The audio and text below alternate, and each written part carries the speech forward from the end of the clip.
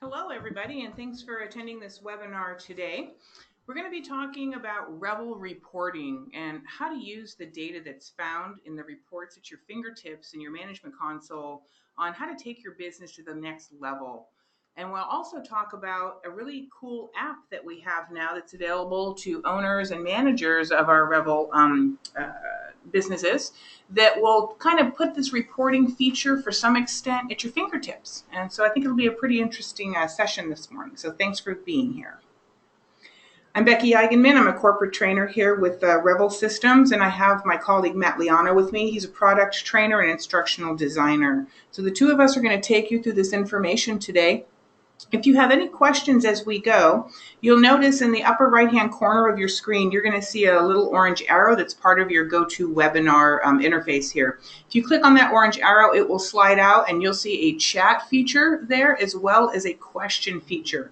So as you have questions or need clarification as we go on, please use those features.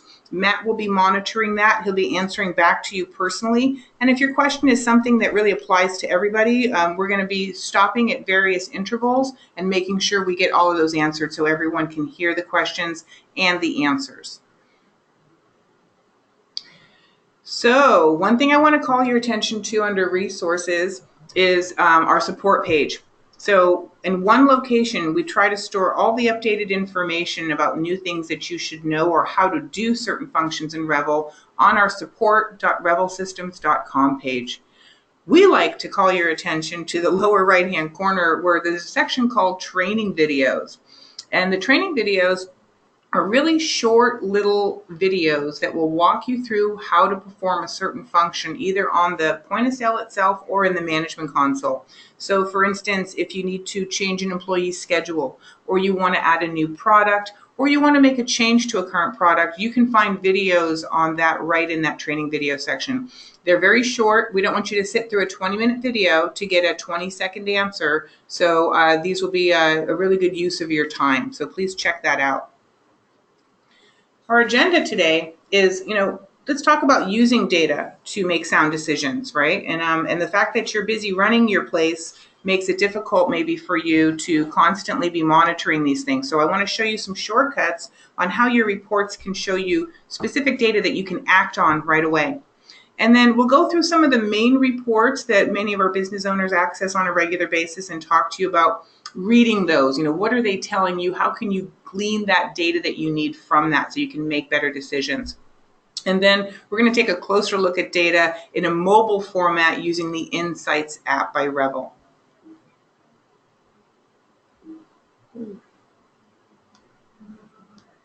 Okay, so for reports.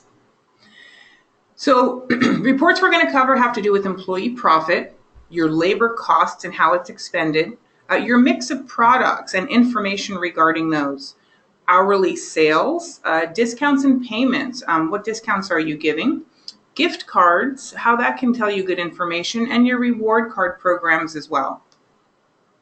So using the data to make sound decisions, as the fabric of our nation's economy, small businesses continue to deliver growth and opportunity. But unlike other organizations, small businesses need to have an understanding of their external and internal environments in order to make the informed business decisions that leverage those opportunities, okay?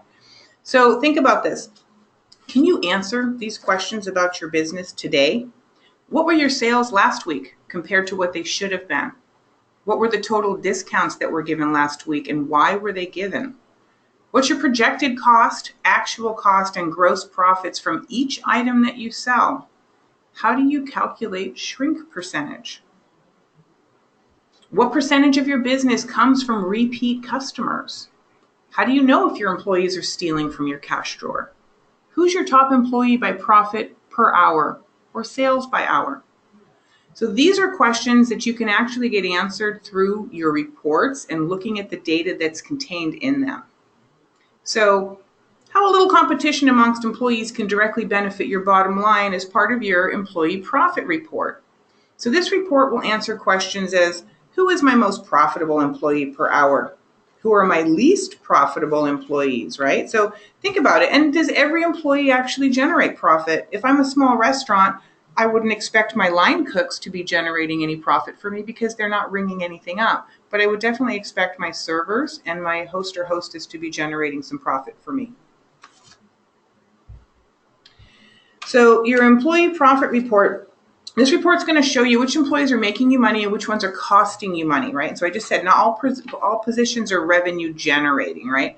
So this particular report we're looking at, the areas that are in gray are showing you your employees that are generating you more money than they are costing you. And then our employees in pink are those that maybe we need to spend a little bit of time with, right? So performance is a really big difference. It's like a performance differentiator, right? So if you're looking at your employees that are making you money, what you want to ask yourself is, what are they doing that my other employees are not doing, right? And then you want to try to emulate that same behavior with your other employees. Are some employees avoiding selling items that maybe they don't understand the benefits of? This is a good coaching opportunity for you to help improve their sales. And so you can also use the data in this report to create sales campaigns for your employees. Say you want to reward employees with bonuses if they sell certain items that you want to move out of your business, or maybe you want to begin a branding campaign where you've purchased shirts and hats and glasses and everything that's got your logo on it, and you want to reward your staff for selling those items. This is a good report for working with that on. The sales campaigns, for instance, so if you have an employee who sells more of a particular item, they get a bonus, And so this is just a really great way to generate some fun energy in your enterprise and get your employees involved in generating more revenue. So our labor report, it does help you project your labor costs, but it can actually show you a little bit more if you know how to read between the lines. So your labor report will answer these questions. So what are your labor costs this week compared to projected costs?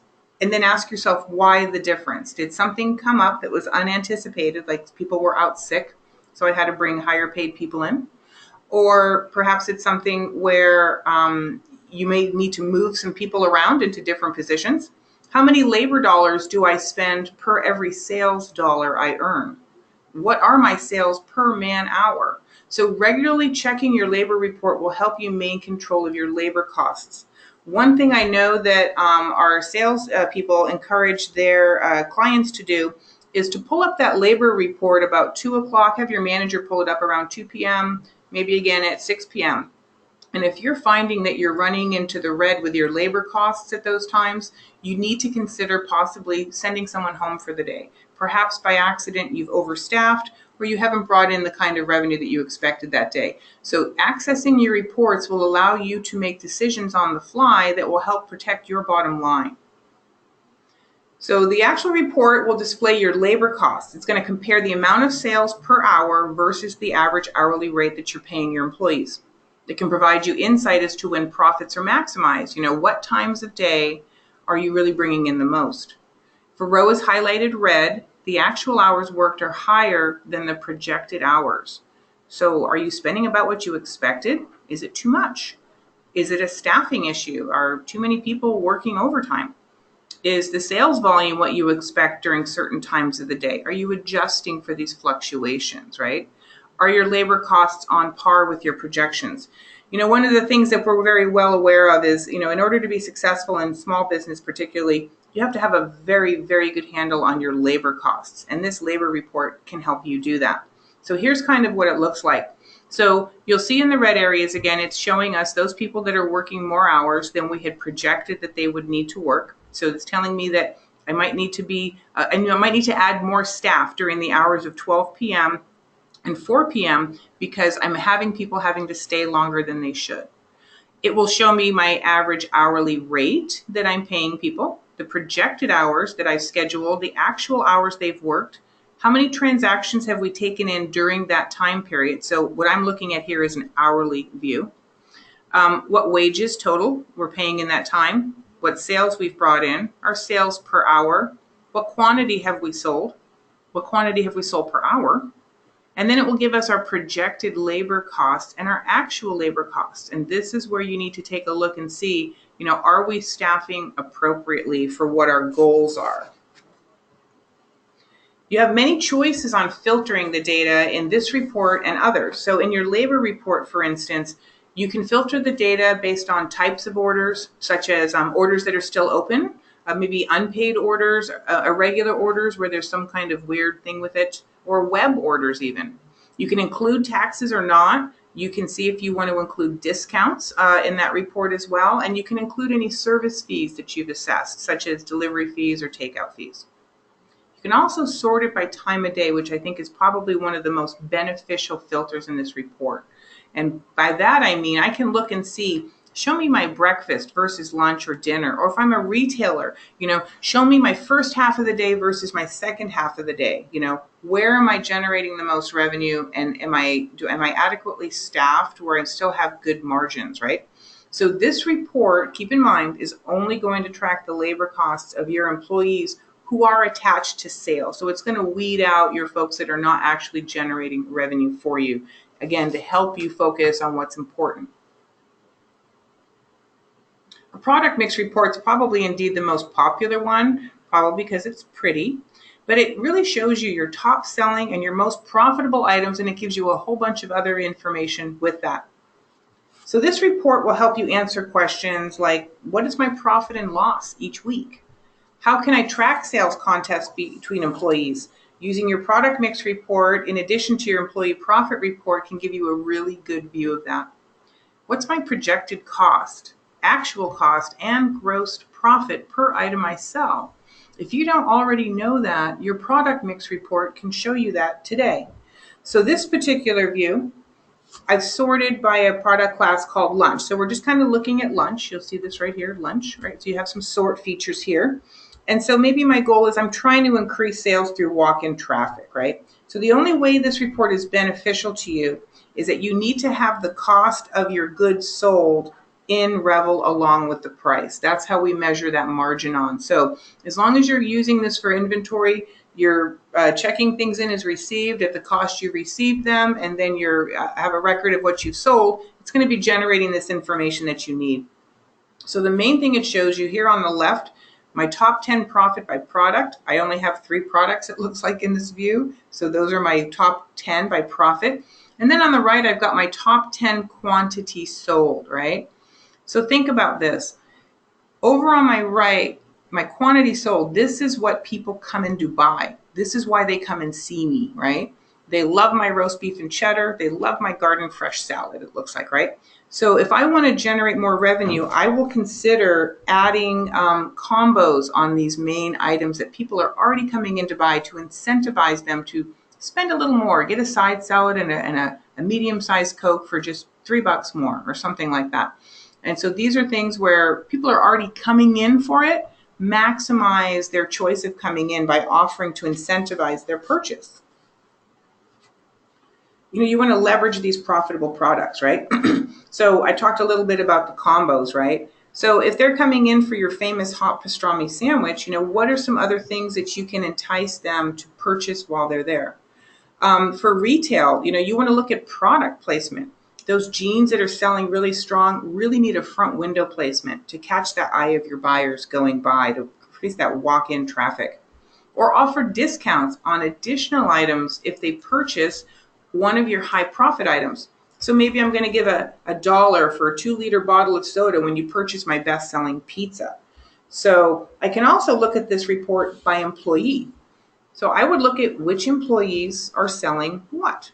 Leverage the talent that you already have, and at staff meetings, have those employees who sell more of your profitable items share what their approach is. What is this person doing that can be taught to other people?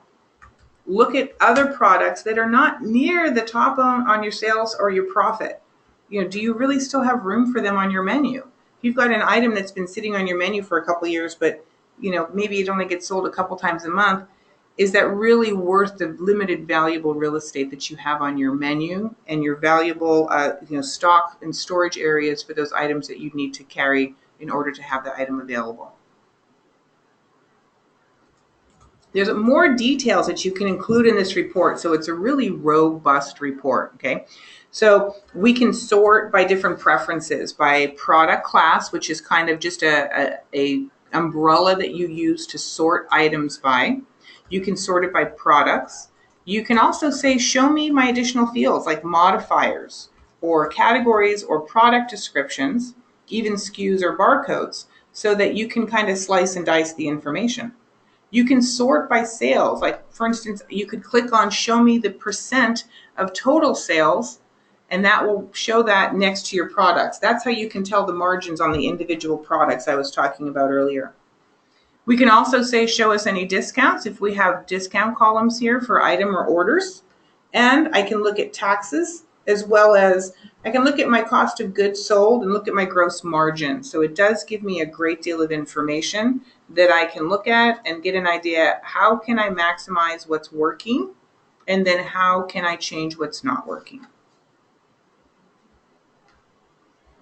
So hourly sales, this is an easy report to pull up. It's easy to read and easy to glean the information that you need from it. You know, when do you make your greatest revenue? What time of day is the best time? So this answers questions as, you know, am I adequately staffed at each hour of the day? So we talked a little bit about that with the labor report. So if you looked at the labor report and you also looked at the hourly sales, it'll give you an even deeper understanding about staffing and actually and revenue. So am I understaffed at any time of the day? I see my typo there, time of the day. And can I utilize my labor more efficiently by predicting slower service times where staff can attend to non-service tasks like inventory and stocking? What are some things that you are doing with your valuable time that you could delegate to competent employees who can be doing these items during downtimes when they're not always with customers? So it shows us our sales by hourly increments. Now we can also break this down by 15-minute views, or we can even group those views. Like I said, show me breakfast versus lunch versus dinner. We can sort by the different classes of products that we look at them on reports with. We sort on reports with classes. We can look at by individual point of sale station, right? So this might be really interesting to see, you know, which is the point of sale station that most people go to when they want to purchase their items. Is it making that line too long? Maybe can I bump some of those people over to my other terminal? Maybe it's not in a location that they can easily see. I need to be more directive with that. I can search by employee. So this is another way where I can look at by employee. Are my employees equally productive? So if I've got 3 cashiers and they're all on a terminal at the same time and I have a consistent number of customers coming in, I should anticipate seeing similar data in each employee's hourly sales. If I'm seeing really big gaps and fits and starts, I need to probably talk to that employee that's not as consistent and find out, why aren't they on their register all the time? You know, are they taking care of tasks that don't need to be attended to at that moment when they should be taking care of customer service? So the biggest value of this report, honestly, is planning your staffing. You know, it shows you where your peak times for service are, you know, and so you can adequately staff for those peaks. And then what activities can staff do between them so that you can kind of keep the maintenance of your place going. And then compare by employee, you know, who's ringing up the most sales? Are they taking sales at the same time? If there's a difference, why? And it may turn out that you've got an employee that's really good at upselling things, you know, recommending those add-ons or those, you know, impulse buy items that you have by the register. You know, how can you replicate it? Is it a training issue?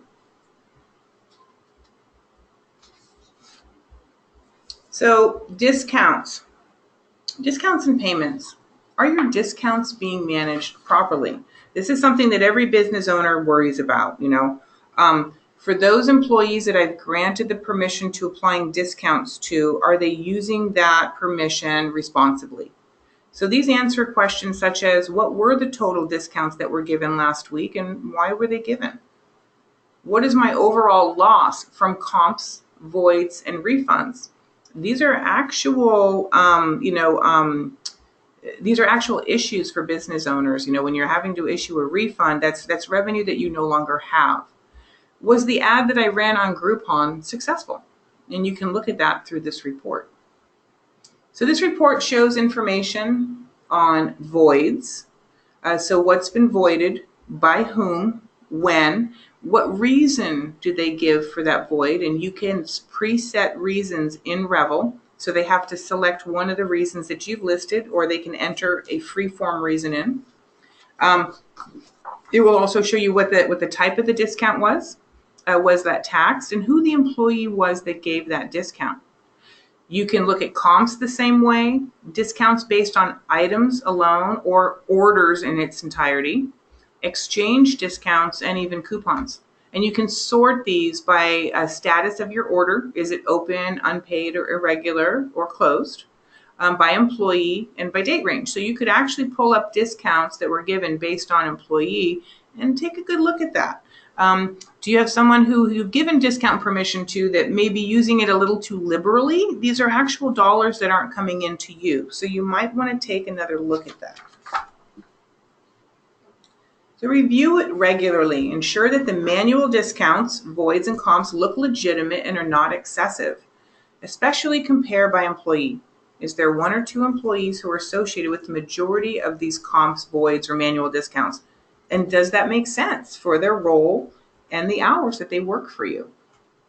Revisit your role permissions in your management console if you need to make adjustments on who you allow to process voids and comps, or change manager passwords if you're concerned that you have employees that may be having access to manager passwords and are applying discounts, say, for friends or family.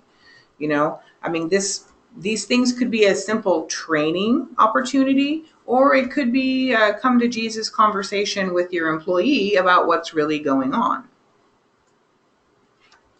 So gift cards, get in on the action by offering gift cards. If people are already enjoying your goods and services and food by coming in all the time, let them share that with family and friends and build your clientele. Gift card reports can answer questions like, how much do I have in gift card liability? Because you need to carry that as a liability on your financial statement. Someone has come in and given you cash for goods and services that you have not fulfilled yet. So therefore you owe it to them. So you carry this as a liability.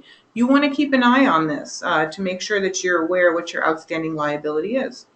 And you can also see, of all the gift cards that I sell, what is my percentage of gift cards that are actually used? And that will give you kind of an idea on how much of that liability that you have out there that you're really going to have to recognize when people actually use their gift cards. So this report will show what cards were created and or adjusted, meaning either they were used or more money was added to them, and by which employee, and whether it was done automatically or manually. Something is done automatically where someone's buying a gift card, you're ringing it up, or a manual reduction, you need to take a look at that. Why was it done manually? So you can sort this report by card number or by your customer name.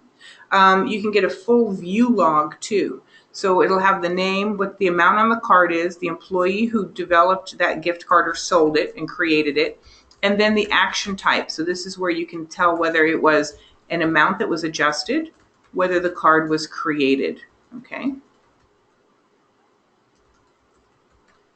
So gift cards is something to really consider. So over $100 billion is spent on gift cards annually, and consumers spend an average about $213 a year buying gift cards. 72% of your customers are going to spend more than that value of the card, and the average is about 20% more. 27% of all gift card purchases are made in person at the retailer or the restaurant. So it's a good thing to have available right up to register. They can see them there. You can offer them to customers. In 2014, spillage, which is the amount of money unspent on gift cards, was only about 1% of the total gift card volume. So new laws in place are encouraging people to use up those gift cards, and they in turn are doing so. So it's going to encourage them to come in. They tend to buy more when they have a gift card, and it gives you an opportunity to, again, sell your brand to another customer. So you can sell gift cards online. You can create marketing campaigns directed at your gift card holders to encourage them to come in and use them. You can have plastic cards branded for your business, or you can use paper certificates, whichever one works for you.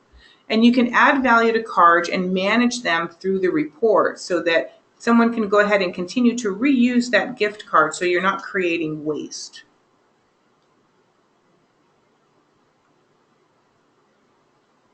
This is where you'll see your gift card liability, and you can sort it by balances that are greater than a certain number or within a certain date range too. So it's a really quick and easy way to see how much do I have out there in outstanding gift cards.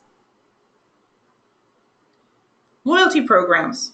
Revel's got a great loyalty program, and we like to encourage our business owners, to offer rewards to customers because it creates repeat business. So the reward card report are going to help you answer questions like, who are my regular customers? And how frequently do my regular customers come visit? And by regular, I mean your reward card holders, because you're going to see them frequently. You're going to recognize them. You're going to recommend that they join your rewards program. And through that program, you can go ahead and gather data based on these regular repeat customers and figure out what are they buying, why do they come in, and then again, you can offer campaigns and incentivize them to come in and buy more. And you can see how much do they spend on average per visit or per month. The reward card report is very similar to your gift card one in that it will show you your reward card holder, they're by name. You can see their balances by purchase, their visits, and by item. You can also sort by points that are greater than a certain number. So show me everyone who's got more than 100 points. And then you can also sort within a date range. Reward cards are like the new buzzword. They've been around for a while. Safeway Supermarkets was one of the first businesses to really get this going about 20 years ago. And so, for retailers, 47% of millennial shoppers say that they feel most valued by retailers who reward them with loyalty points. So your millennial crowd really likes this loyalty program. It's also one of your biggest growing markets right now. And so trying to entice these buyers to come in and get familiar with what you offer and become regular customers is a great reason why you should consider a reward program. For restaurants, 86% of consumers prefer a rewards program with clearly defined proposition in which they earn rewards based on spending or visits rather than a program built on like periodic surprise free items. So what we're saying with this is what we recommend is you have your program where they earn you decide. It's completely up to you. It's very customizable. You decide if they get points for a visit and how many. You decide how many points they get with their purchases and what those points are worth. And you also decide when they get to redeem those points and for what. Are they redeeming it for free items? Are they redeeming it for discounts? Are they redeeming it for cash back? And these are all things that you can include in your reward program. It's a great way to grow your business. You retain existing customers. Competition is very strong. So what is the difference between them walking the 150 feet down the street to your coffee shop than walking into the coffee shop that they're currently standing in front of? It can be a reward program that motivates them. You can acquire new customers. You can also increase your customer lifetime value, which is how many times does this customer come back and buy from you over time. You can market to a direct group of customers that like you and want to buy your stuff because they already have a reward program from you. So you can spend your marketing dollars much more accurately by aiming it at a group of people that are interested.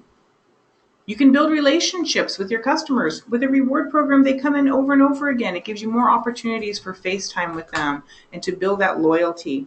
And it helps you reduce just generalized promotional and advertising costs, because it's been shown that when you market to your target group of regulars, it's a better value for your dollar than just doing a blanket advertising, for instance, out to the general public.